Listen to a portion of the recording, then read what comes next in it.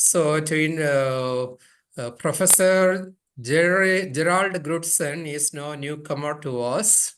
He has been accompanying us from the beginning of this program since 2020, June 2024, we know, as the president of the Global Ministries University. And he obtained his first PhD from uh, um, Clayton University in community development.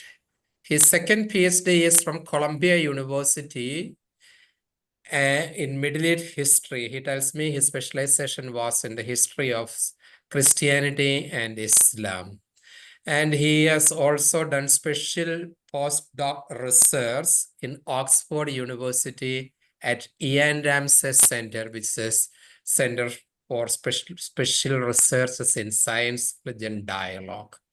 He has been recipient of the Templeton Foundation Award for developing historical curriculum studying the transfer of Arabic philosophy and science into the West during the birth of medieval universities. And he has also done special studies in community economic development under the direction of Dr. Anthony Soto, San Jose State University in 1883. There are so many things that we have got to be speaking about Jerry. I'm not going into the details. We will host his detailed resume on our WhatsApp group. You can consult that. Anyway, it is an honor to be listening to you, Professor Jerry, today. Thanks for being available to address our students today. Over to you, Professor Jerry. Thank you very much, Father Augustine. I'm going to bring up my slides now for my presentation. Let me go to screen share.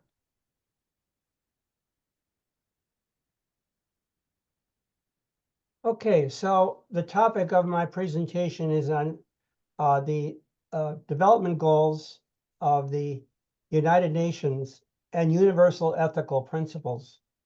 Let me say this as a background, first of all, that the UN is meeting right now. I just have to turn on the television this morning before our meeting, and I noticed that Prime Minister Netanyahu was speaking at the UN. It's the UN General Assembly meeting in New York. So we know that the United Nations plays a key role now in trying to develop a ethical and moral world order. Unfortunately, since the UN was founded in the late 1940s, it has had difficulty in establishing these possibilities. Bob, you're going to admit somebody there? I see someone trying to, there you go. It had difficulties. I've just admitted them. I've just admitted them. Thank you. It has difficulty in getting there's been a gap between the General Assembly and the countries that actually determine what the rules are of the world. So how did this come about? How did the UN develop its principles, and what is the philosophical and moral background to the UN development goals? Well, we know that the going back in time to the 16th century, this is the beginning of science. We know we hear a lot about Galileo and the people who played a key role in developing a new understanding of the world in the 16th century that superseded the previous understanding. But most people don't know that ethically, in the 16th century, for example, there was already a clash between an idealistic view of the world, as represented, for example, by Thomas More's Utopia, which was part of the humanistic attempt to fashion a vision of the world in which everybody would follow a certain idealistic vision of universal truth, universal moral order. And contrasting that with Machiavelli, who was the one who said it's realpolitik, it's whatever nations want to do to justify its power. Now, how did this come about? The present world understanding. Well, one of the key figures in the scientific development of a moral order was Francis Bacon, who developed a new understanding of the epistemology. Epistemology is a theory of knowledge. And the theory of knowledge which dominated in the medieval worldview was one that Aristotle had put together back in time and said that there's nature has a certain order to it. We call that natural law. We're going to go into the natural law theory, which was developed most fully by Thomas Aquinas. But in contrast, that natural theory was based upon the idea that there's 4 orders of causality: material, formal, efficient, and final. The most important for our discussion is final causality. It presumes that there is purpose or teleology in nature. We know that nature operates according to certain laws. And so just as there's scientific laws, the medieval worldview was that there is a moral law built into nature. And that moral law has to be followed if one is going to be in alignment with what is real and fulfilling for human beings. Bacon held that research into final cause is like a virgin dedicated to God, is barren and produces nothing. So the new epistemology that developed in the West in the 17th century basically emphasized more material, efficient causality over particularly final cause, which is purpose. Now, St. Thomas taught that there is an intuitive desire for the good, particularly to human beings. This includes the natural desire to live in human community with concern for the common good of all citizens. So natural law theory says that all people have natural rights not conferred by legislation, but by God in the order of nature. All human beings have reason and are endowed with sacred character and human rights that no government can remove. We know that the problem in the world today is that governments often feel that they can remove certain human rights in accord to meet their own objectives for government. This is different than what was taught in the natural law theory. So what is the common good philosophy? Common good philosophy, which the UN development goals are based upon a concept of the common good. And so it says what is the foundation for a common good? Now in Aristotle's Politics, he says that there is basically human beings have a natural desire to live in community. And to live in community means you have to form friendships with everybody in that community. You can't have one group saying, I'm more important than another group. And so this idea of the common bonds of community goes back really to Aristotle, and then, of course, to the Thomistic synthesis of faith and reason brought into the world in the medieval period. So this started to break. So it's this idea of the common good. It says, in caring about one another and wishing one another well, what citizens care about in particular is that they and their fellow citizens live well and live the most choice-worthy life. So basically, Pope Francis, in his encyclical Fratelli Tutti, which GMU has pioneered 2 conferences on Fratelli Tutti, is based upon universal friendship. So just as we've seen in the past in Greek philosophy, Aristotle and Plato, they both held to kind of an ideal moral order based upon both reason and then faith, with Christianity held that and that there is a natural inclination of friendship and fraternity that you can find through reason and also through faith. So we're going to see that I'm going to bring up later a book by Francis Collins, who's the founder of BioLogos, which is one of the newest organization dedicated to religion and science, that both reason and faith can lead you to an understanding of the common good. And that has been largely replaced, unfortunately, by self-interest. So that's what we're dealing with in them. And so it's wonderful to have the UN development goals, but what's contrast to that is the idea of self-interest, or narrow interest of a state versus one state versus another.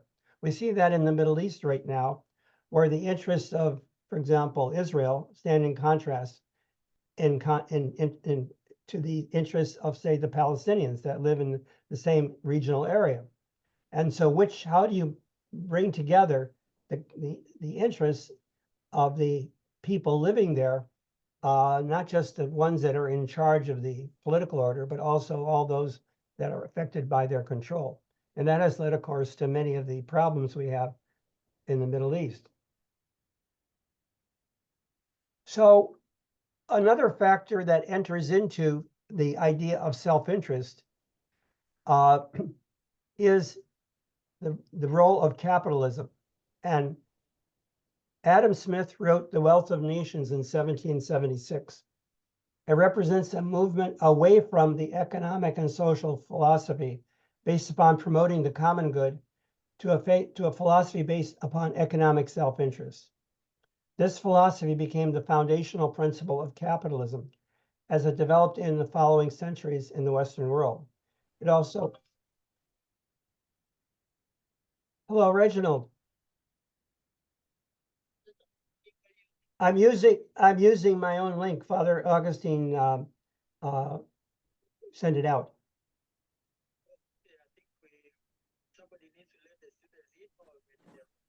Well, Bob Graff is letting them in. Bob, it's Reginald saying if you could send him the link, or Father Augustine. Are you there, Reginald?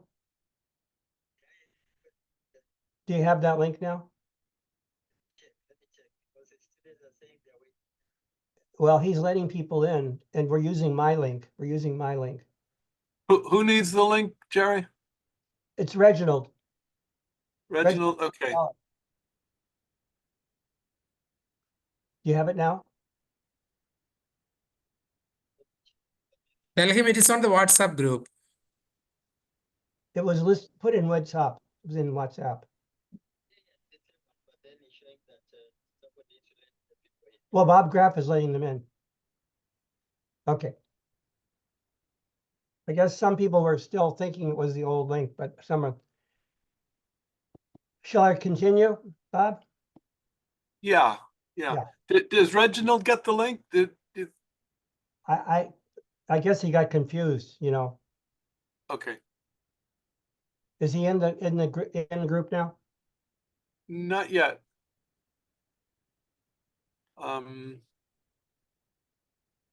Tell him that, Father Augustine told him to check WhatsApp, the latest there. Yeah. Should I wait a little bit or continue? Jerry, I think you can go ahead. You can go ahead. Okay, so the link between capitalism and colonialism is very key for the history of Africa and India. When Adam Smith wrote The Wealth of Nations, he said, even though he was a moral philosopher, Adam Smith, he said that it's possible to reconcile self-interest and the common good because there is an invisible hand that's going to guide people to some understanding of the common good. Now we know that capitalism is based on self-interest largely. What is in your enterprise? Not necessarily for the whole world, but based upon the entity that is promoting a certain product or interest. So colonialism, which had such a profound effect both upon Africa and India, allowed for the pursuit of wealth through outposts in Africa and the Americas, and India, I would say, for the benefit of other countries of Great Britain and other European nations. It also included a racist theory that Western culture was superior to those of the colonies. So trying to understand why we have this inability to move together in the world towards the common good is in part comes about because of the framework that was established in the 18th century of saying it's fine to have self-interest and pursue your own private good. And Jerry, would you mind making your PowerPoint full screen in presentation mode?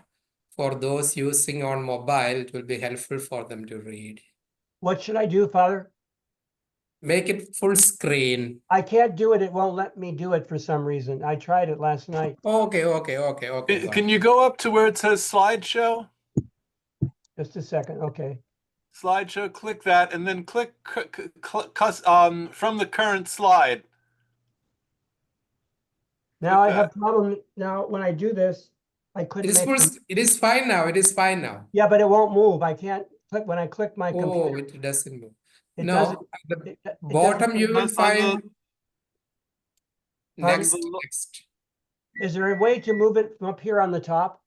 See when I say, No, click instead of click on the lower left-hand portion of the image on your screen.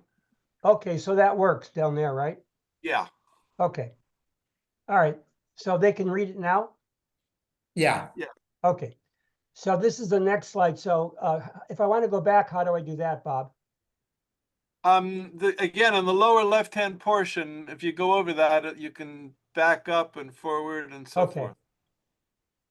Okay. So just to repeat again, the colonialism, which had such a huge impact on Africa and India, was part of the capitalist evolution, in which the mother country would send out its ships to the New World. At least they thought it was the New World. It really was, and for the benefit of the mother countries. So this idea of exploitation of one group by another became embedded into Western culture.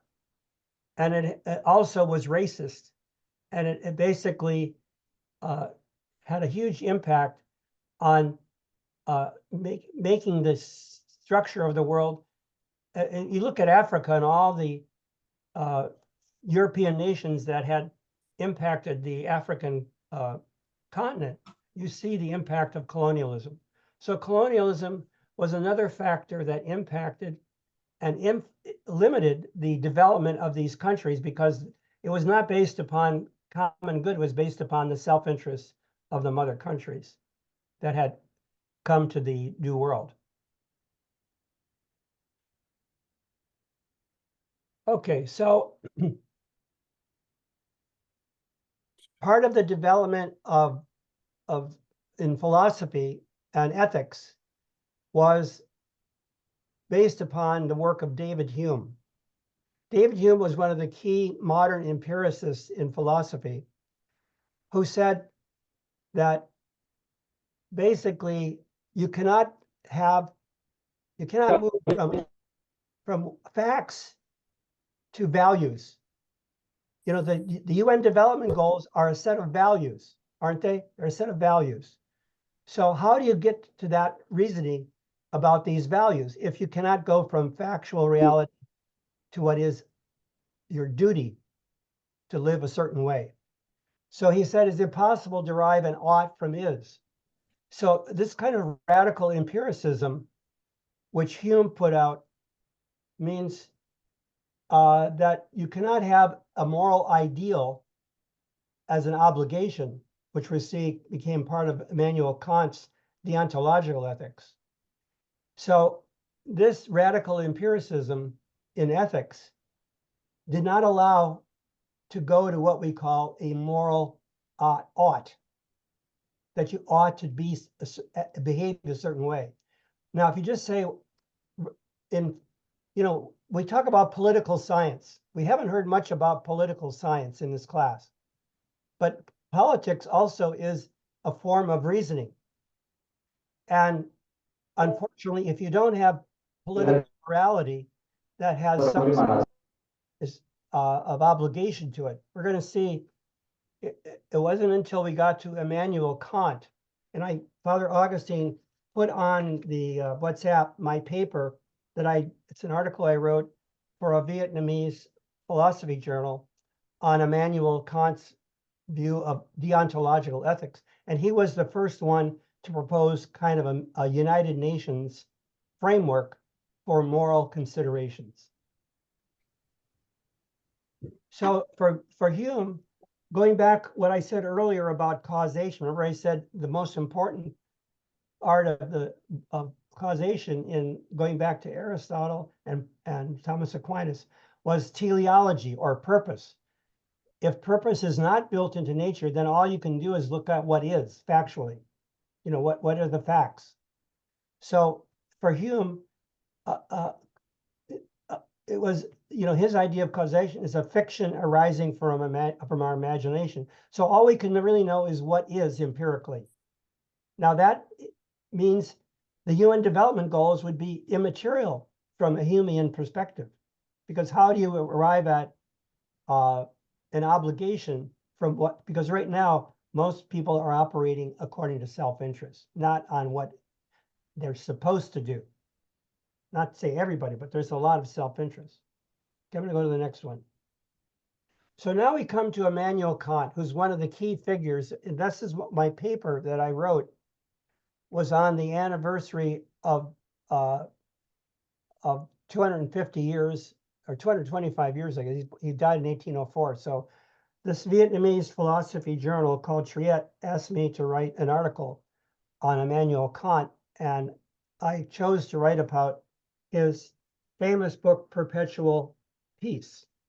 It was an article he wrote to try to, you know, remember we said Europe had been affected by the Protestant Reformation, which led to the wars of religion between the Catholic nations and the Protestant nations in Europe, called the 30 Years' War.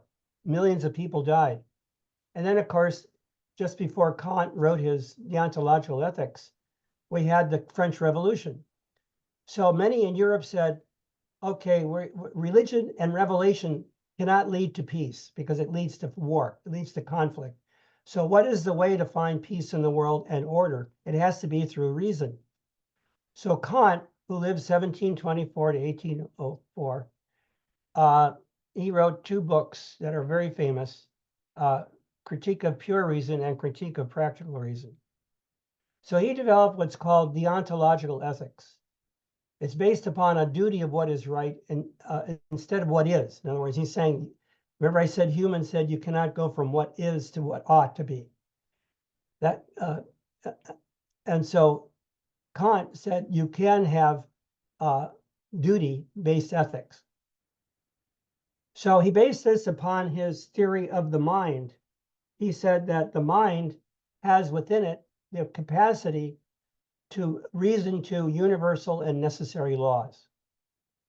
So this was an answer for him to the inductive skepticism and subjectivity about causation left by Hume. Now, in addition, in my paper that hopefully some of you, if you haven't read it, you should read it, that I sent to Father Augustine, and is, I believe, on WhatsApp. In his, he says, we call it the Kantian revolution, just as Sir Isaac Newton had a scientific revolution in with discovering the laws of nature, particularly gravity. We talk about the Kantian revolution, which is that you can discover reason in your mind.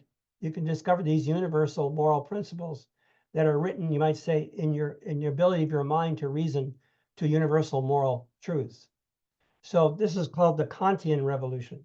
And his book on perpetual peace was, in a sense, a forerunner of the United Nations philosophy.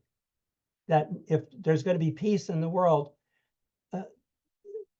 has to come together and form a unity together and agree to certain moral principles. So Kant laid the foundation for this philosophically for what would come about after World War II in the birth of the United Nations and the UN Charter and the UN Declaration of Human Rights. So these are all precursors to the UN Development Goals. We have to understand the whole background to how this came about. So if I can stop if anybody has any questions, or you can say them, Bob, you're going to help me with the questions later, correct? Bob? You're going to keep track of the questions? Okay, yeah, there's no questions. Okay, I'll No continue then. questions yet in the chat. Okay, so I mentioned my article here that hopefully those, if someone wants to go back and read it after the class, you see that I'm trying to give a framework to the UN Development Goals, both philosophically and historically. So Kant was the apotheosis of the Enlightenment age of reason. But now we contrast that with the historical and evolutionary determinism of Hegel, Marx, Darwin, and Freud. So in the 19th century, we talk about Kant as highlighting the age of reason. Well, in contrast to this, we have basically historical and evolutionary determinism of Hegel, who basically influenced Marx with his communist philosophy, Darwin, which is evolution, and Freud, which is his own psychological determinism. So these new scientific studies began to overcome, you might say, the age of reason in science. So the popular science began to be dominated by Marxist theories, Darwin's theories, and Freud's theories. Now, the role of new scientific studies in anthropology and psychology that indicate our mind is not a tabula rasa or a blank slate. So some philosophers had said, the mind is just like a blank slate. Now, Kant would say, of course, it had these ability to reason to universal moral principles. But modern anthropology and psychology challenged this, you might say, by saying the mind is not a blank slate. We're greatly influenced by culture. Culture has a determinative effect upon our way of thinking. Now we're going to see when I'm going to mention a book that just came out by Francis Collins, which you can go to and read. I put the website for BioLogos in my slides, and we'll talk about that in a moment. But the question is, can you reason to truth and science without being affected by cultural attitudes? And so we have in the United States right now a real problem of a breakdown of way of people's thinking processes, and they're more or less blinded by the role of social media and politics, political ideologies. We call it, basically a blind spot where people are not thinking rationally, they're thinking emotionally, based upon the cultural group that they identify with. So this leads us to Hans Kung, which is the center point of my program here, who developed a global ethic for global politics and economics. Hans Kung was really, those of us who come from the Catholic tradition, was one of the key theologians that helped to bring about Vatican Council II. When I was a student in college, I gave a talk as the valedictorian of my college class on his book, Council, Reform, and Reunion, in which he said the Catholic Church would be fundamentally changed for the better by the Vatican Council II. Now, coming out of Vatican Council II was the idea of the Catholic Church entering the modern world and having some effect upon the world morally and politically, not just for its own sake, but for the sake of the world. So Kung, who was one of the leaders theologically in Vatican II theology, particularly in interfaith, because remember, one of the key declarations of Vatican II was on interfaith dialogue, saying that the Catholic Church is not the only one that has truth. There's truth found in other world religions. So one of Hans Kung's maxims was no peace among the nations unless you have peace among the religions. No peace among the nations unless you have peace among the religions. So Kung has written numerous books on both on theology and on world politics and world ethics. So this interface between religion, ethics, and politics is one of his main areas. And he traveled around the world meeting with world leaders, even economic, like at the different economic meetings, trying to promote the idea of a global ethic. And of course, the UN depends upon some kind of ethical framework in order to function. And that's been its problem. It hasn't been able to get nations to agree upon a global ethic.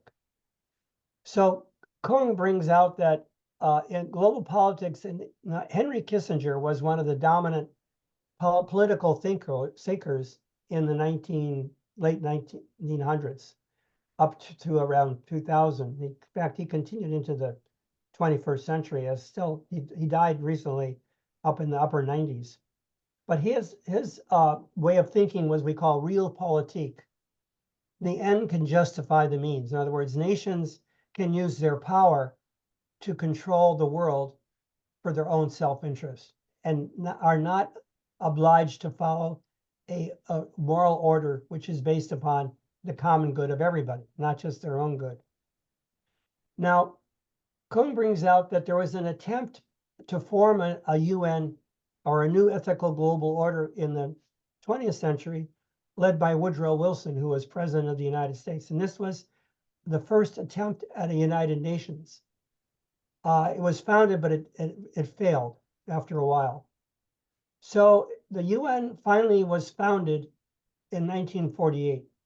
And we have the UN Declaration of Human Rights, which was a key step forward.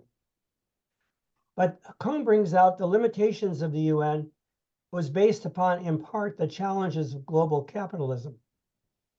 Now, in 1993, Kung was one of the leaders in the reconstituting of the Parliament of Religions. So one of our themes here is that how do religions play a role both in science, but also political science?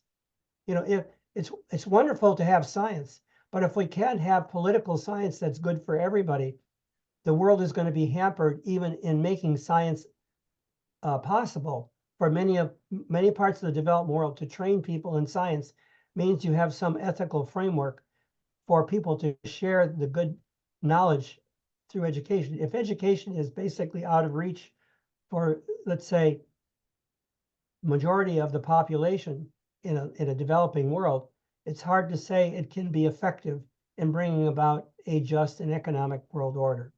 So he felt that a global ethic was needed to have a functioning world United Nations. So in 1993 in Chicago, he was asked to develop a global ethic document. And this became the foundation of the work of the Parliament on global ethics. So these are some of you can go to the Declaration toward a Global Ethic. This is the link to it, Parliament of Religions. And they have 5 irrevocable ethical directives.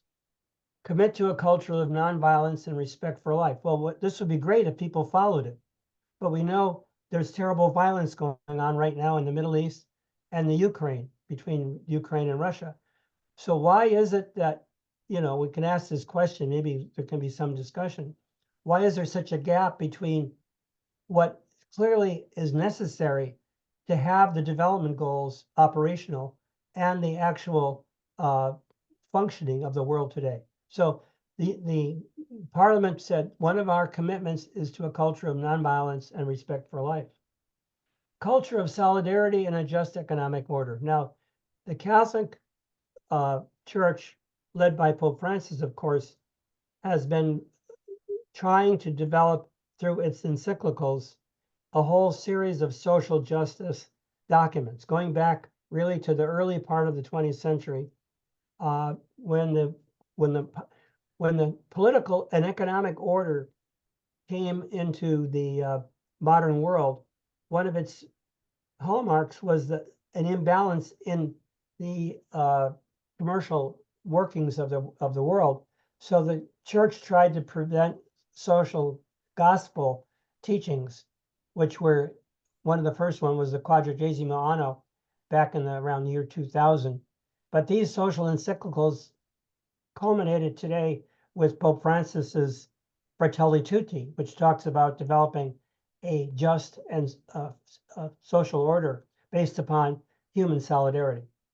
And so the Parliament of Religions echoes the same thing, committing to a culture of tolerance and truth, culture of equal rights and partnership between men and women, commitment to a culture of sustainability and care for the earth. Now, next week, my wife, Marita Grudzen, will speak about the ecological challenge brought by the present global crisis in the environment. So these are the 5 principles that are called irrevocable. So this is, again, an attempt to say, when you say something irrevocable, it means it's kind of fits into Kant's view of it's not just maybe I will, maybe I won't. You have to follow these. They're irrevocable. It's a commitment.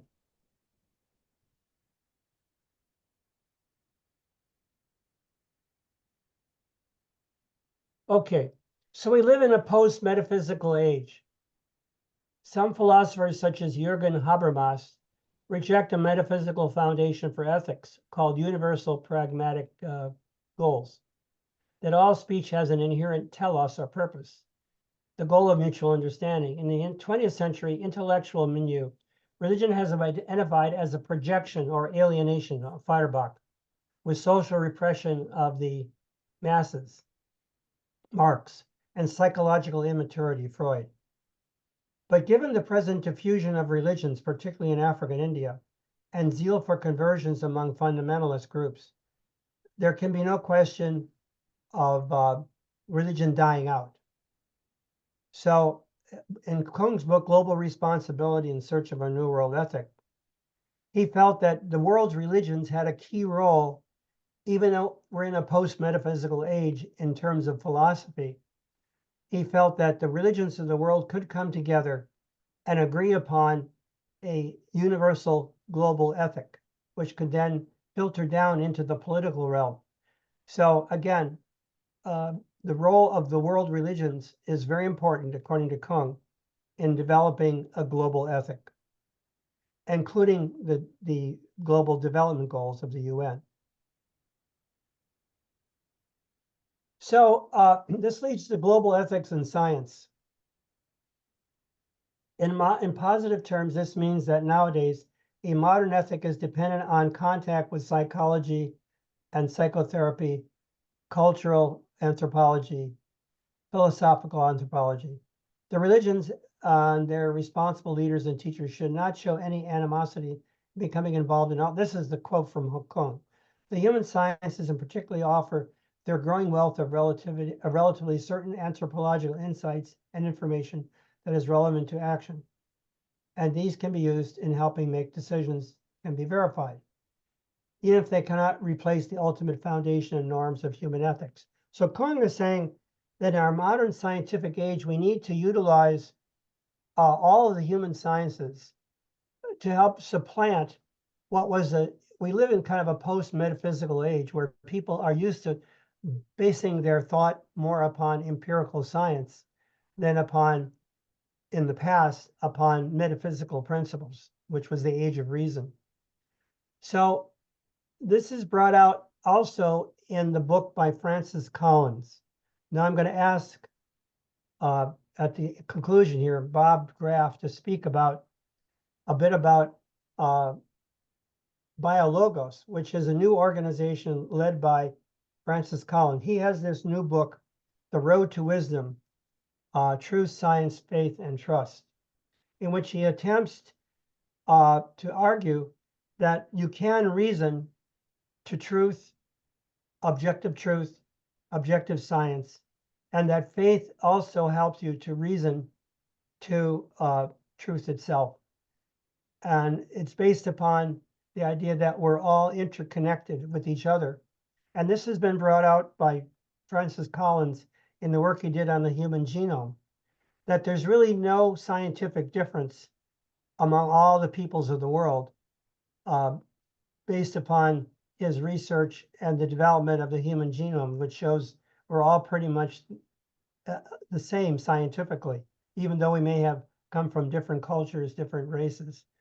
So this book, which just came out a few weeks ago, you can find reviews of it on the pbs.org. You put his name in. Also, if you go to biologos.org, they have quite a bit of information. That's his organization, including interviews with him on his new book. So Bob met with him recently at a conference in, was it in Virginia, Bob? North Carolina. North Carolina. Do you want to say a little bit about your experience at the BioLogos meeting and your meeting with Francis Collins?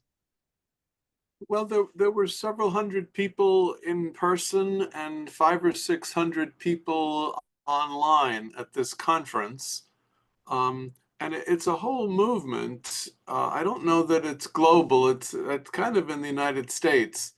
And people that are searching for how we deal with the scripture and the sciences together and integrating them. And so they're basically holding that you can be a scientist and you can be a person of faith, and there's not a contradiction between those, but actually to how to bring them together is an individual thing. Each individual person, you have your life of faith, your experience of the divine, your expression of that, and that you're also a person of science. So there weren't a whole lot of Catholics at this place. Yeah. In fact, it seemed like I was the only one. There are more or less people who are people of faith. And I think it's, on our side, it's important for us to realize that Catholics don't have a monopoly Right. on the dialogue between religion and science. So Yeah, I attended his conference here in the Bay Area. And again, it mirrored what you just said. I think Maureen and I are probably the only Catholics at the conference. And so he's attempting to bridge the gap between evangelical Christianity and science, because many people in the evangelical, and I don't know if this is true, we might have a discussion of this afterwards, since Africa has a lot of evangelical movements in Africa. To what extent he speaks to the evangelical Christian movement, which tends toward literalism in understanding, for example, Genesis. We've gone into this in our class.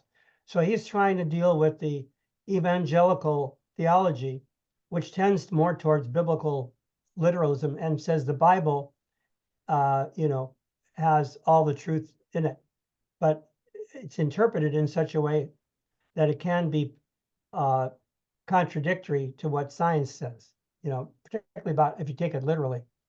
So he is working in that interface between evangelical Christianity and the scientific worldview, of course, which he has been so prominent.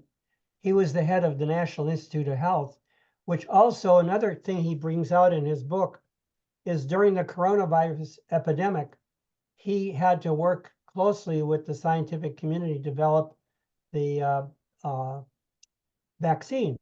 And there were many in the religious community that didn't want to take it because there's been all sorts of conspiracy theories about the vaccine, that it shouldn't be seen as the dominant way of dealing with, that faith can lead you to be immune from illness, like Jesus is going to save you.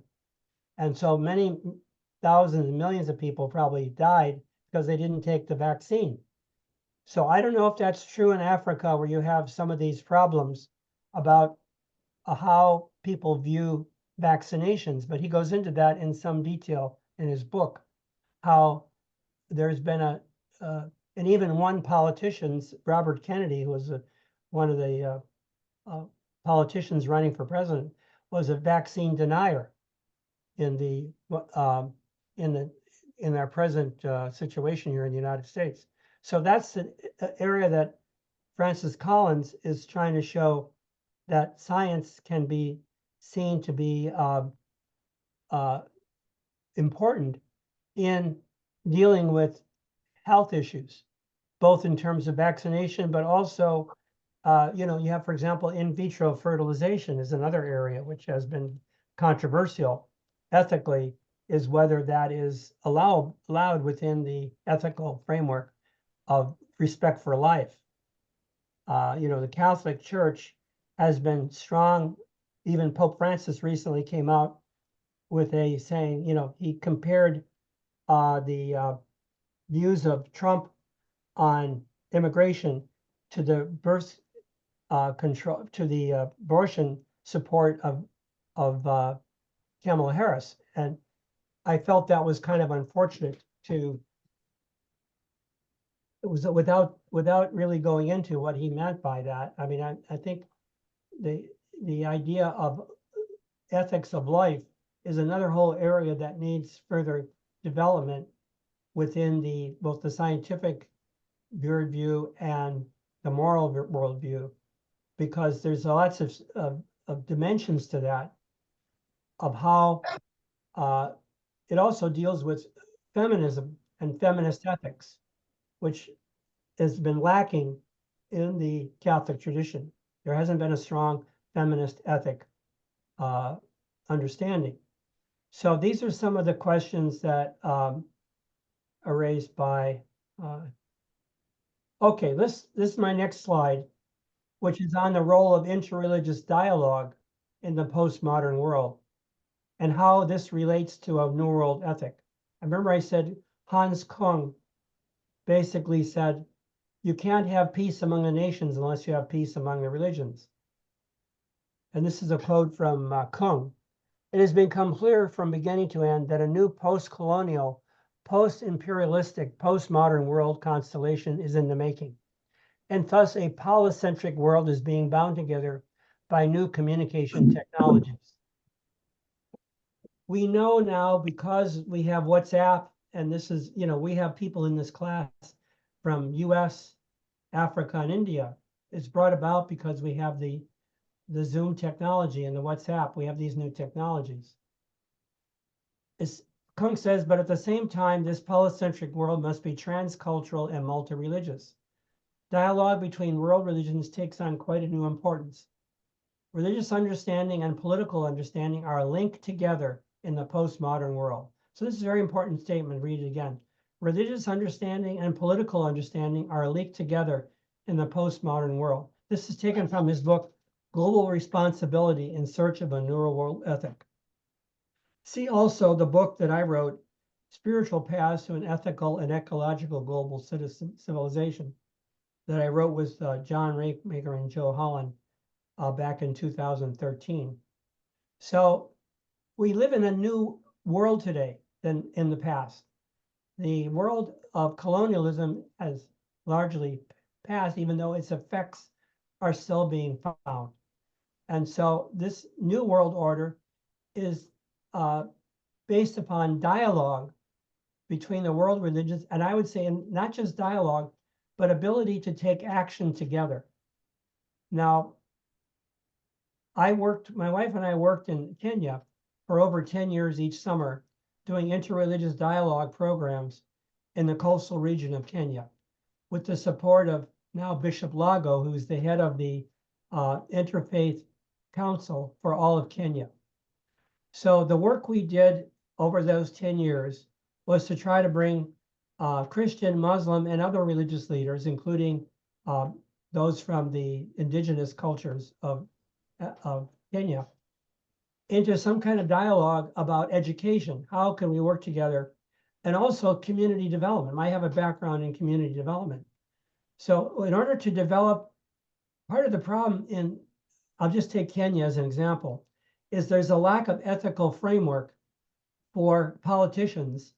One of the things I learned when I came to Kenya is there's been a lot of corruption in the political order.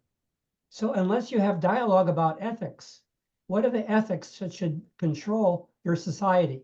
What are the principles that each politician needs to sign on to? If we don't have an ethical framework for political science, you're not going to make development goals very strong because everybody is out for their own self-interest.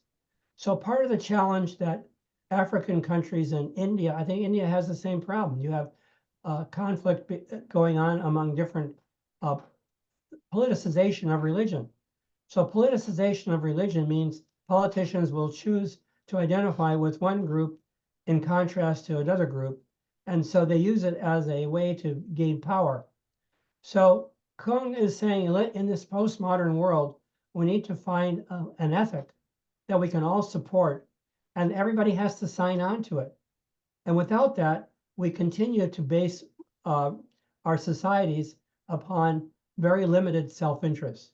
And that will not allow the societies to develop the way they should. So these are some of the principles that Kung has been so prominent in supporting at the Parliament. So several of us were at the Parliament in last August and presented a paper there. I guess I think we can go back, maybe everybody come together now. That's the end of my slides. So in order for us to succeed in promoting the UN development goals, we need an ethical framework that basically both the UN and the Parliament of World Religions have helped us to develop. And Kung, I think, was a key figure in developing that global ethic. And I think one of the challenges facing both Africa and India is how do we bring the religions together to support a global ethic? And that filters then into the political decision-making both those nations make, and how, I should say this about the UN. One of the problems of the UN is that the General Assembly is too weak. It doesn't have enough strength to affect the decisions of the UN about imposing a certain just economic order on the world. So we have an unjust economic order based upon global capitalism that does not benefit the whole world. It benefits. Recently, we had a meeting of Facebook. Now, many of you use Facebook. It's a wonderful tool. It's free. But when Facebook decides to do something like it's now called Meta, it gains the attention of the whole investment community. If they want to do a new product, they immediately have 2 million or 3 million, 2 billion people using Facebook. It has it has such a control over the internet. The same with Google. So one of the things is, how do we bring these international technological companies more into the global ethic conversation? Because they tend to operate independently of that. Now, the European Union and the federal government in the United States are trying to regulate more closely these great technological companies that basically affect all of us. So in the developing world, in order to have these global ethical framework affect the development goals, we need ways to bring these technological companies into community needs of the global ethical framework. So they operate mainly on self-interest. You know, they're out to provide a profit for their investors. That's their main goal. Even though they have certain things they try to do for the community, we see it's not their primary thrust. It's to make profit. So how does the world, in terms of developing its ethical framework, create, and I think religion plays a key role in this. If enough people in the world say, we want to have a world in which these global development goals are encased in a global ethic that everybody signs on to with certain principles, like nonviolence, for example. We don't see, most of the world is still caught up in an arms race in which billions and billions of dollars feed into this arms race. We see this in Africa, for example, in Sudan, where two parts of that country are split apart and various parts of the world are funding the arms that are going into the creating millions of displaced people in Sudan. So these are just examples of a lack of a just ethical framework that can basically, the UN can use this framework to say, it isn't just maybe you will do it, but you're obliged to do it. And there's certain things that they have the power to implement to make it more difficult for nations who don't follow this global ethical framework. So that's kind of where we're at, I think. I'm arguing that without a global ethic, it's very difficult for the world to proceed towards. Now, next week, Marita is going to take the climate crisis. Now, right now in the United States, we just had a huge hurricane hit the southern United States. Thousands of people are being displaced, losing their homes. It's the worst hurricane to come into the United States, I think, in 100 years. So the global climate crisis is hitting everybody in the world. Now, certain nations, I just did a little research on this, even though China is the biggest polluter, they also the leader in solar energy. So we have positive signs that the world is becoming more aware of the global climate crisis.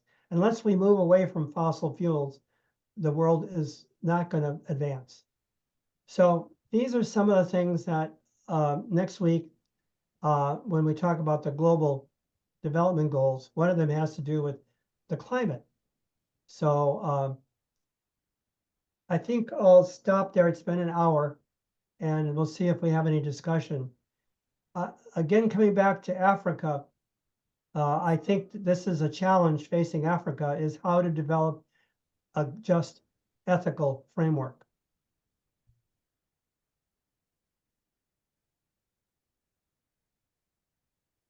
Any questions? Yeah, Professor Jerry, economics and economic justice and climate health, climate action both go hand in hand.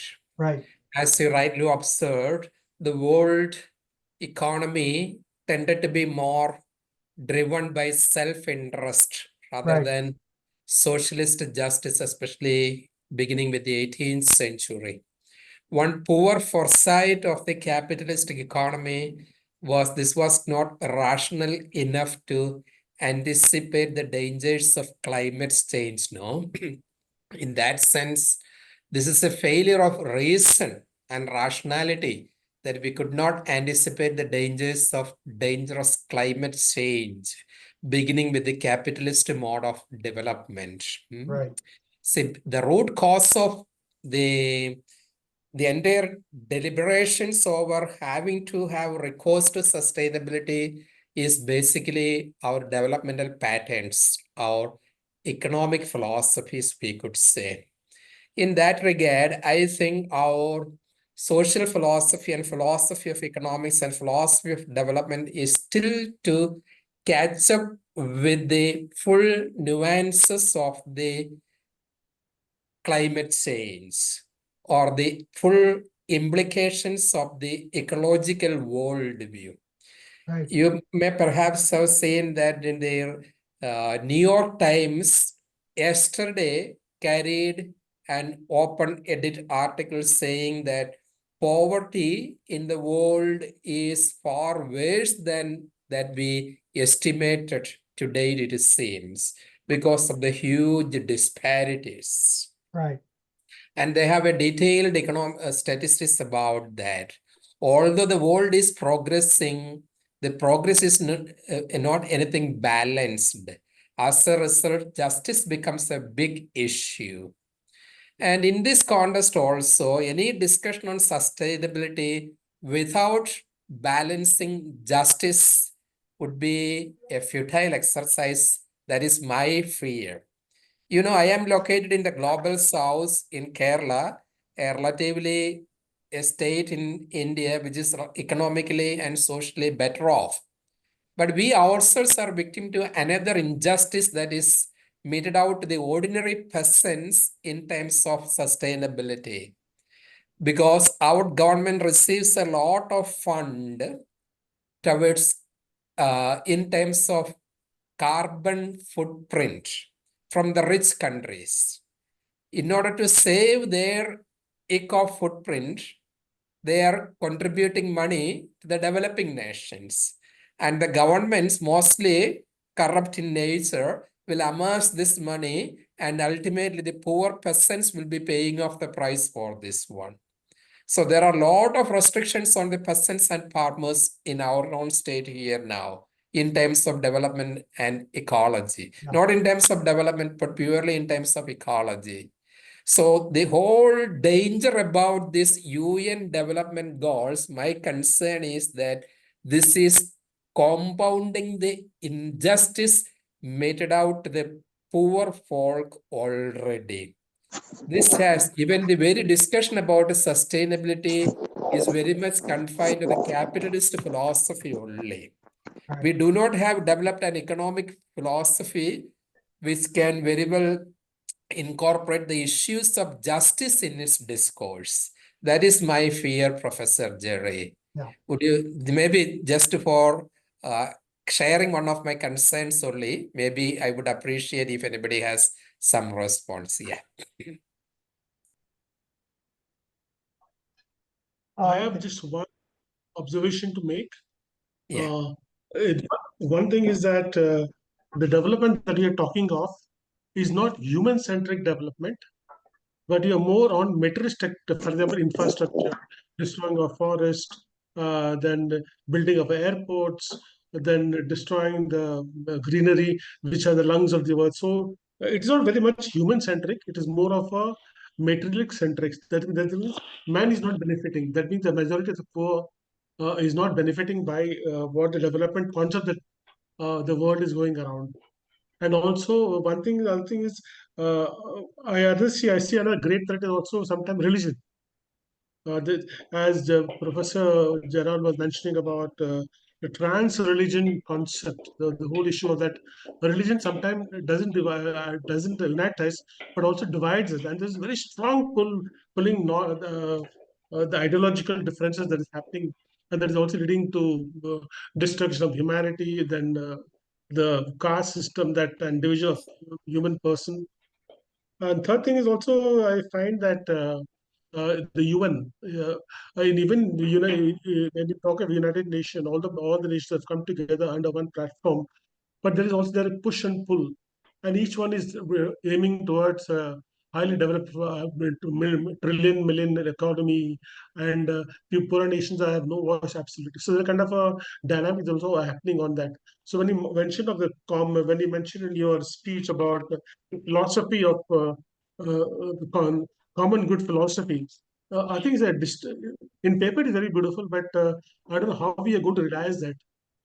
What is the first step that we need to take, and I don't know how the world order will come into being, whether the philosophy of common good and common wellness and humanity comes first, then the other thing. One comment I have is that at the recent COP meeting in Egypt, they did agree to set up a fund for the environment because the developing world has borne the brunt of climate change effects. You know, the carbonization of the economy largely took place in the Western world through capitalism, the development of the capitalistic world order. And even with the growth of technology, in order to fund the AI, it's going to take a lot of energy that these companies are going to need to fuel the AI revolution, which we know is coming. So they said they would set up a fund. It wasn't clear who's going to manage that fund, I think, to help the developing world adapt to climate change. Because climate change is coming, all over the world, more and more. So we see that, as I said, in the United States with this present hurricane, which is one of the worst in the last 100 years, hitting the state of Florida and the whole southern United States. So there has to be an ethical foundation then through the UN. The UN is still the only vehicle we have for, and of course, the UN has been a key in assessing the climate situation through the intergovernmental panel that has been started, I think, about 15 years ago, monitoring the climate change. And so they have the scientific community. What's lacking is the ethics to bring it into balance with the needs of the world. Right now, the needs of the world are being controlled by large global corporations. And most of those are in the Western world, particularly the United States, right here where I live in Silicon Valley.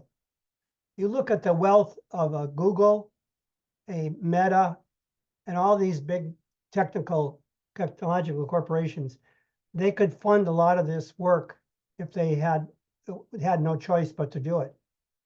To bring free internet, to the developing world, to bring various ways that they could help community economic development. My background in community economic development means that if you give people the tools, right now, GMU is helping to fund a small project in Kenya, community economic development project. And we had the group do a feasibility study, and they found a way to start their own business. But you need funding. You need funding available for small groups. And this is what is needed in the developing world, is many different ways of economic development for the poor. If poverty is increasing, as you said, Father Augustine, how do we reverse that trend? It needs a combination of work together.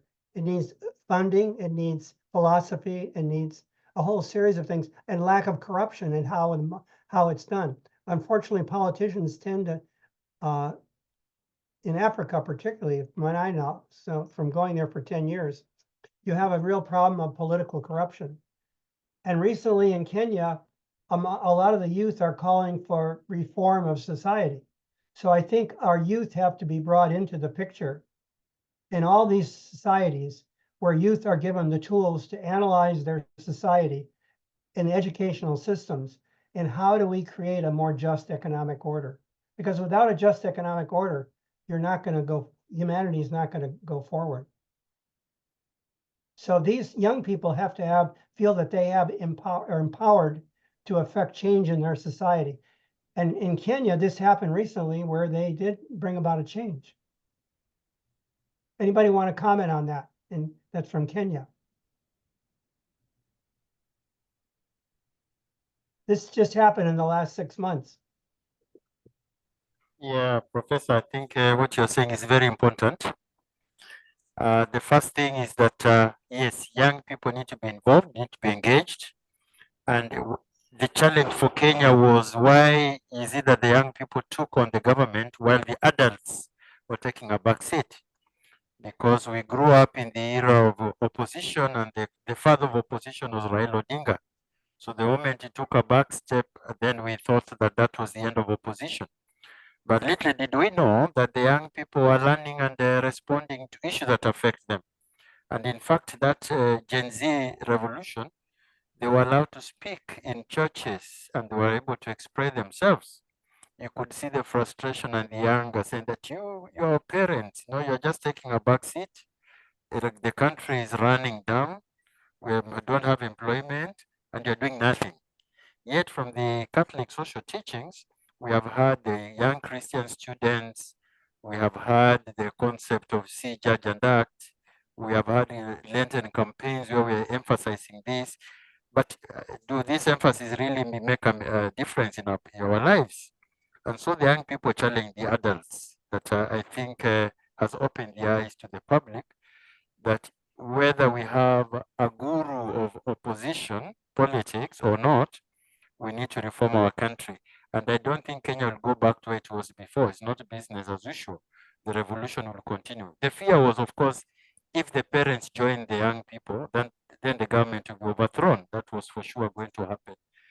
The second point you raised, Professor, is very important, is many people do not connect business with peace building, community cohesion, integration.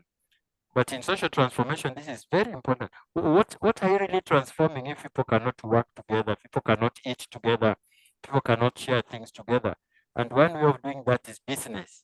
So we need to understand how to bring people together through business. If I'm not employed and other people are employed, I become a challenge to these people who are employed. If I have food and my neighbor does not have food, I become a challenge.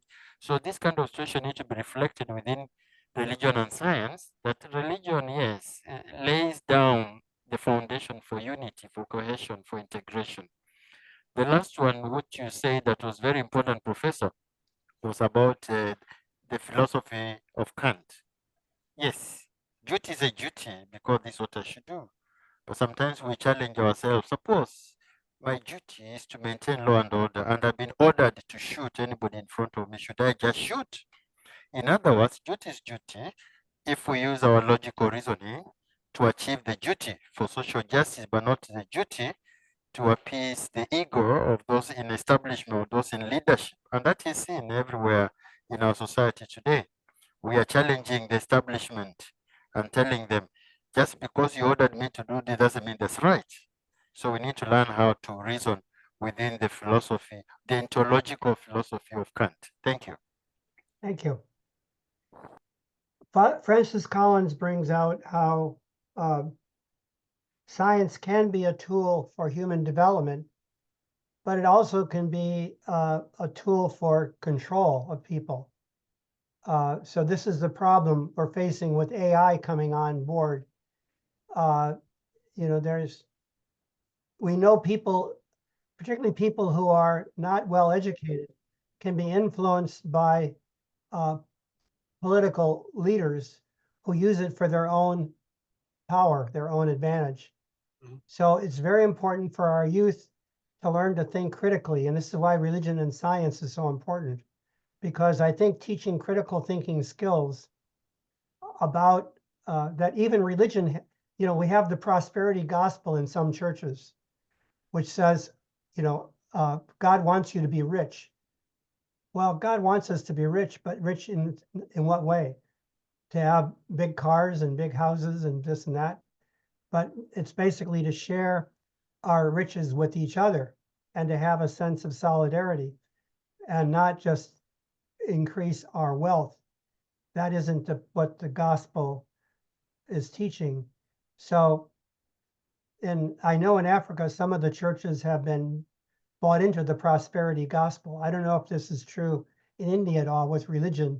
That is, you know, basically saying you believe and you'll become rich, you know. So it becomes kind of an economic philosophy or spirituality. And that's not exactly what the gospel is and Christianity is teaching. In my work here in California, there's a big divide between the Silicon Valley professionals and the Hispanic community, which is two different cultures. So you have, I don't know if this is true in India at all, but you have cultural differences between the way people live. The people in the Silicon Valley culture make big salaries, live in nice homes, but they've basically priced the housing out of reach for the lower class people.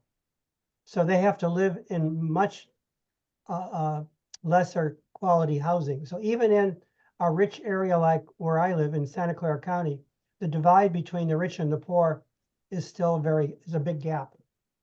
So unless we find a way to decrease that gap, both in the world and in each country, we're going to continue to have a lot of social tension because people don't feel they have a stake in the society. that is equal to those who are the ruling class. Ferdinand has his hand up and would like to make a comment. Yes, I love to make a comment here from the presentation and what Professor Nalugala presented for the last 2 weeks. Now, if I look at our African way of perception, what is development? I believe that development, I have to develop myself first, develop my family and the neighborhood. Remember the gospel, love your neighbor as you love yourself. I cannot live in peace. My children are prospering well in school, they go to good schools, while my neighbor is struggling even to have a meal on his table.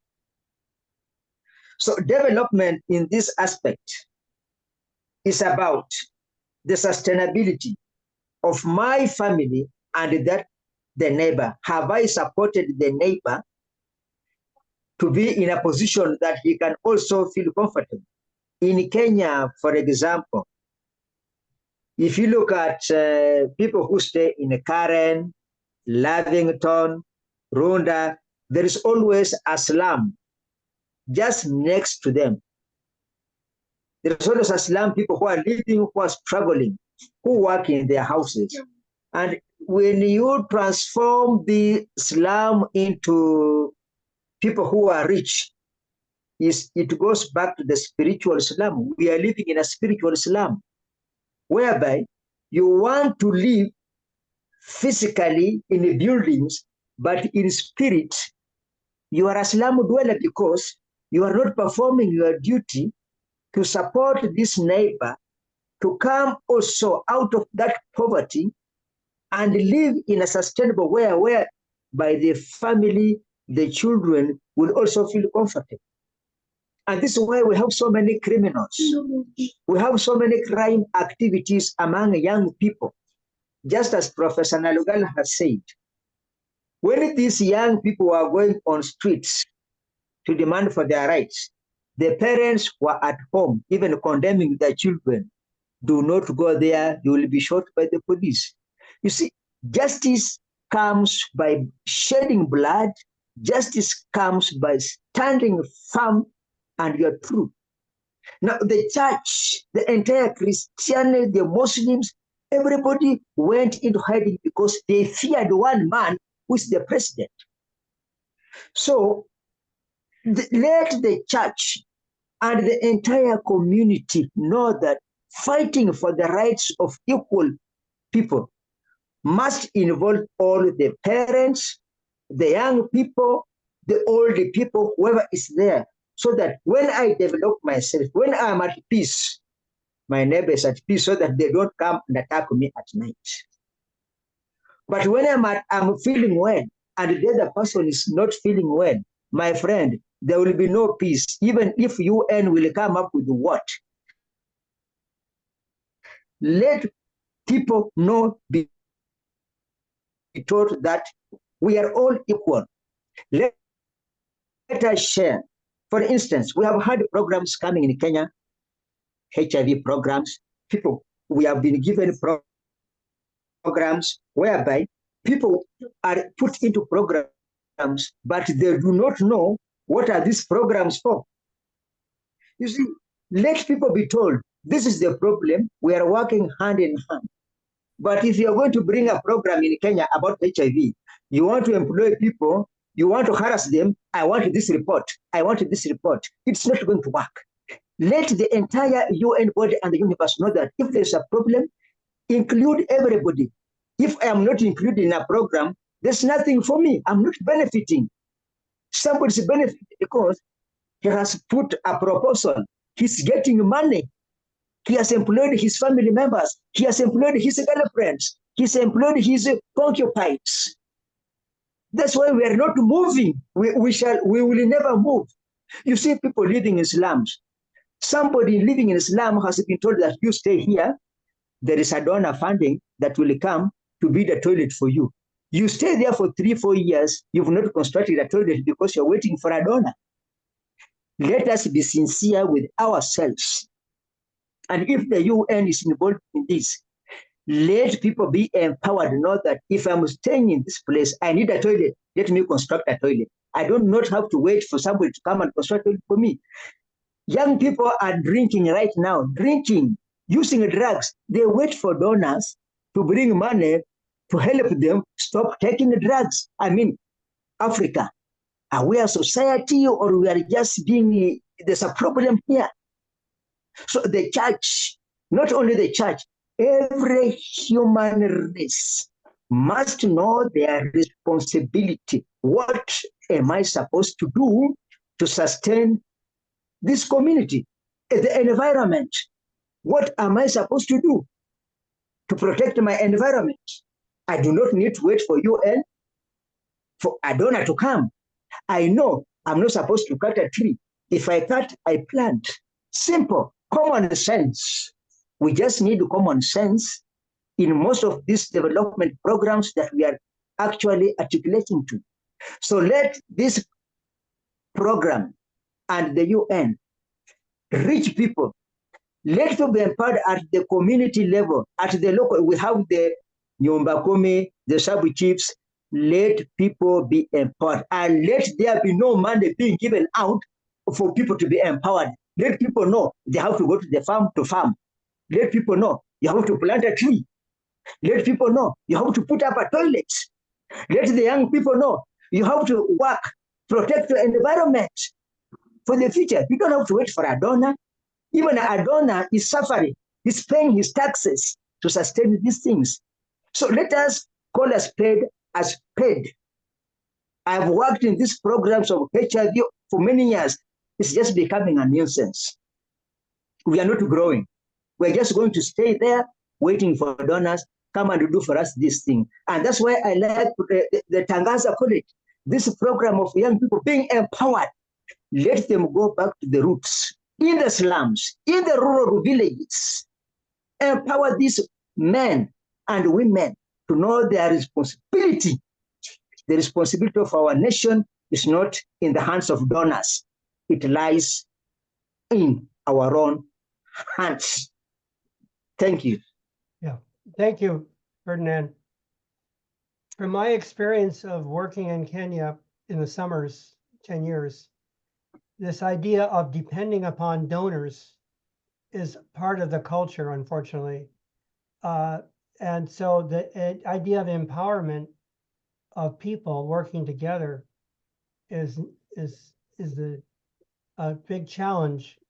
I do think there's a role for donors, but it has to be figured out how groups can work together to, like right now we're working on an agricultural development project in the coastal region.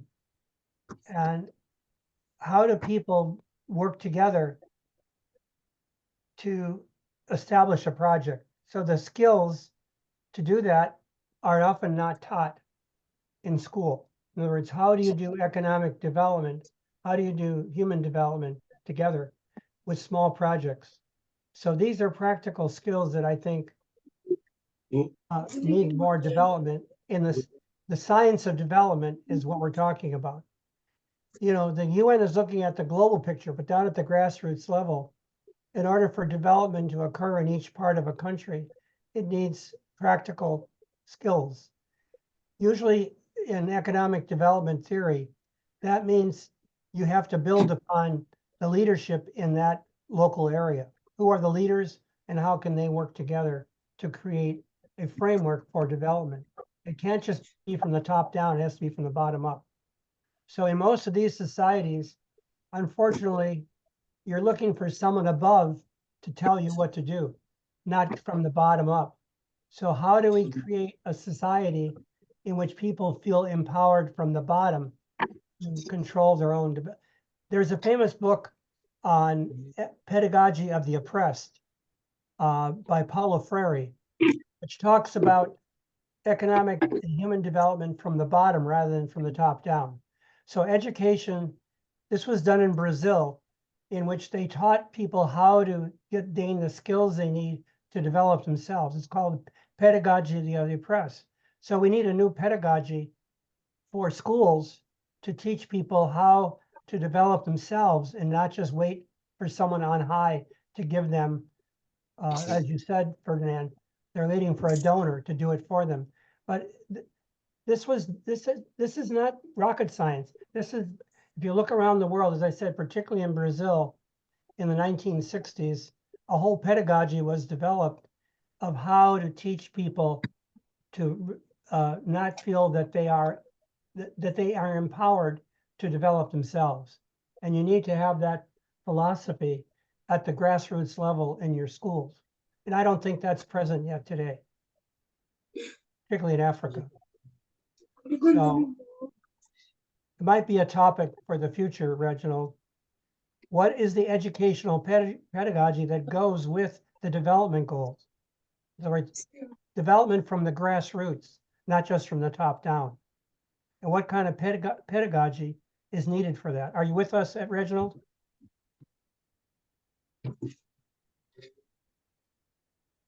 I don't know if he's still there. Yes, he's still there. He's still there.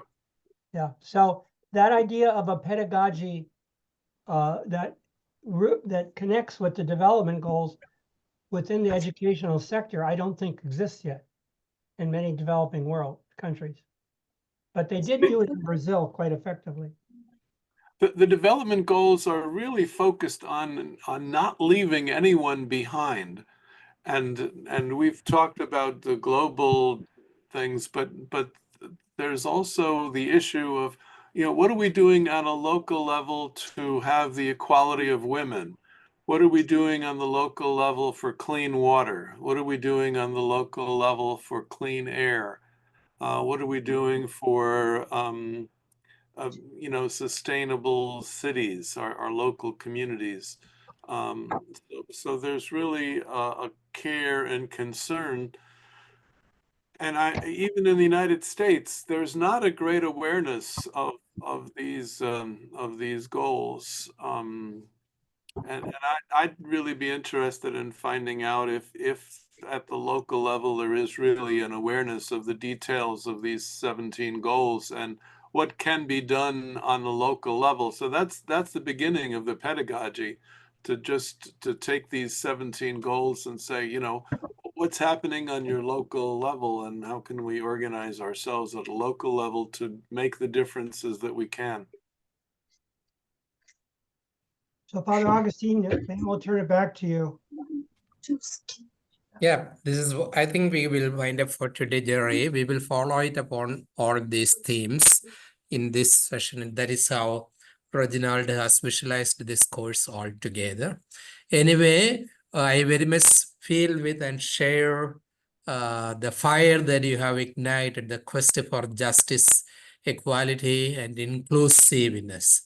I think this is a significant point for science-religion dialogue as well. So shall we wind up for today then? Thank you. Thank you then. We will use the same link next Friday also. Thank you then. Bye for now. Good night. Bye-bye. And good day to you. Thank you, Professor Jerry. Good night. Thank you. Thank you, everybody.